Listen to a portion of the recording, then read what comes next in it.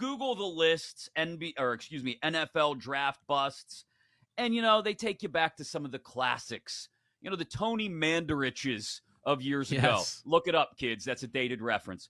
But we thought maybe we'd try to limit it to just the last, say, 15 or 20 years, right? Let's maybe try to keep it to the 2000s. At least that's what I did. Nonetheless, we tried to look back here on BetQL Daily, Joe, to some of our favorite all-time draft busts, or maybe most surprising picks as well. Things that, had you been betting on it at the time, would have made you a little bit of money. Damn. So I can't include a Jeff George, a Ryan Leaf? Okay. Jeff George. If we're keeping it 2000s? Ryan Leaf's close. Jeff George is a long time ago. Jeff George is a long time ago. But, the Illinois focus, I understand. Yeah. Rick Meyer, Notre Dame, and then the Bears trade for him because why not? You're a bust. Let's bring you in now. This is all going to come back to Bears hate, isn't it? No, but we leave out Achilles Smith as well. God, the high draft bust, it feels like they happen more often in the 90s than the last even 10 to 15 years. We have some, but not as often. Okay, yes, of course. I'll take the layup. You set me up. Trubisky. Yes. Mahomes on the board. Not interested. Deshaun Watson. Not interested. We're going to go with Trubisky. And, yeah.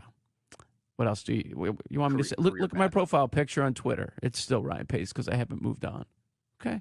He's a bum. You can't let it go. There are some quarterbacks who, a Pickett again, maybe even a Tannehill, you have reasonable limits on your expectations, Joe, even when they're drafted early.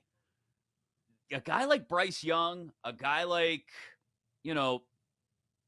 Zach Wilson, for example, or Justin Fields. Like 2021. When you're drafted that high, Sam Darnold, when you're drafted that high, it's nearly impossible for fans especially, but organizations to put realistic limitations on their expectations for you. As far as this year goes, and you just mentioned one of the names in that draft, in Zach Wilson, and we've mentioned Trey Lance too. I understand why, and I know it's in recent memory, so it's kind of considering it, and we're talking about how many quarterbacks are going to go in the first round. Is it going to be 4 or 5, with the number set at 4.5? Doesn't this have the feels of 2021? You had Trevor Lawrence, the lights-out number 1 pick, and that's what you have this year with Caleb. I don't know that either of them are going to be great, but it's not in question. And then you have a rush of other quarterbacks. That year, it was 2-3, Zach Wilson, Trey Lance. This year, we know the quarterbacks in question. And then there was a little bit of a fall off. And then the Bears thought they had incredible value by Justin Fields falling to them at number 11. And then the New England Patriots take their quarterback at number 15 and Mac Jones.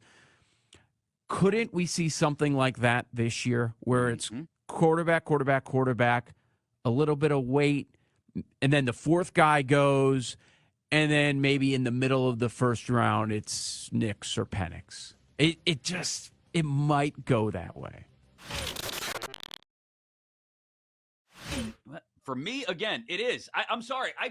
I can't get on board with the nonsensical idea that the Commanders, after sitting on May and Daniels, trying to make this decision for how long, would just now finally come around and go, no, you know what?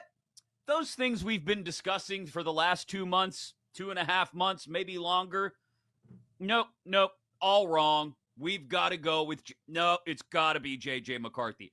I think this is full-on smokescreen to see if they can't lodge something loose from somebody in the possibility of a draft day deal. Somebody who thinks, they might take J.J. And they smoke out whichever teams are really high on J.J. McCarthy in order to see what they're willing to give up to move up to get him in this odd dimension they've created, Aaron, where somehow people are willing to trade up for J.J. McCarthy. I think it's all lying season smoke and there is no fire.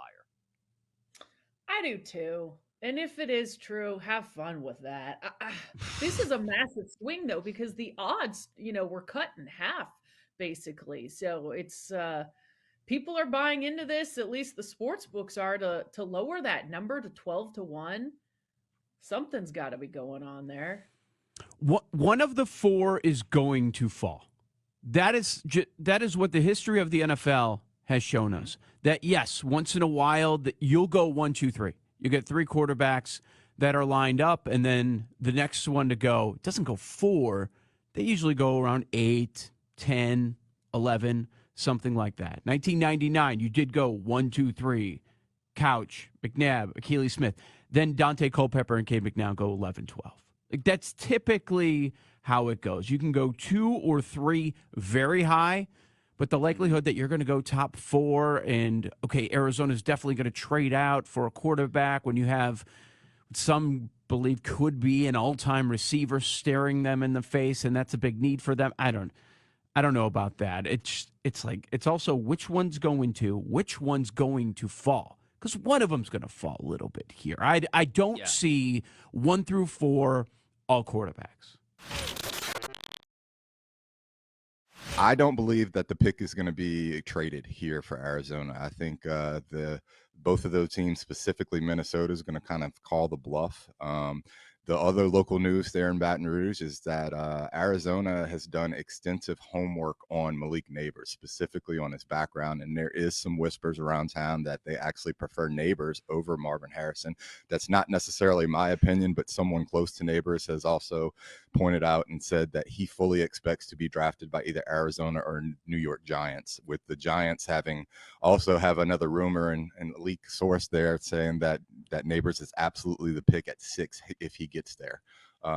So when we're talking about 4, I think Arizona does end up sticking and making the pick. I just think they're all in on getting a wide receiver, and it's going to be a little bit too much to go ahead and move down and then move back up. A lot of people saw the work that Monty Ossenfort did last year in doing that, and they romanticize about it happening again. And I just think it's harder for that to happen than what most people understand. It's easy to watch it, but 9 times out of 10, the draft's not working out that way, especially when you have two players that are as highly thought of as both Malik Neighbors and Marvin Harrison Jr. We're starting to see a shift, and I also saw it in your latest mock draft at 4for4.com. So what do you see at the moment happening with the Falcons at 8?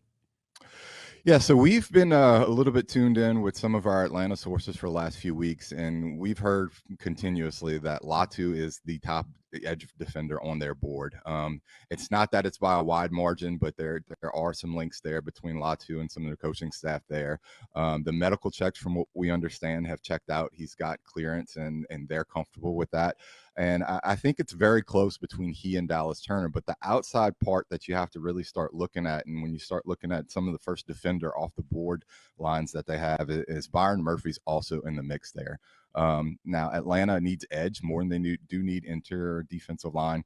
So we're leaning specifically Latu, and it's for multiple reasons. So from a betting standpoint, you have multiple outs. If Latu is indeed, as our sources say, the top edge defender on their board, he makes sense there at 8. But also, if Atlanta decides to trade back, which they're heavily rumored to do, and some other team wants to jump, Chicago, say for Roma Dunze, or, one of these other teams to go ahead and get a specific offensive lineman, I think Atlanta still has some flexibility to move back and still acquire Latu in the draft while they add another pick.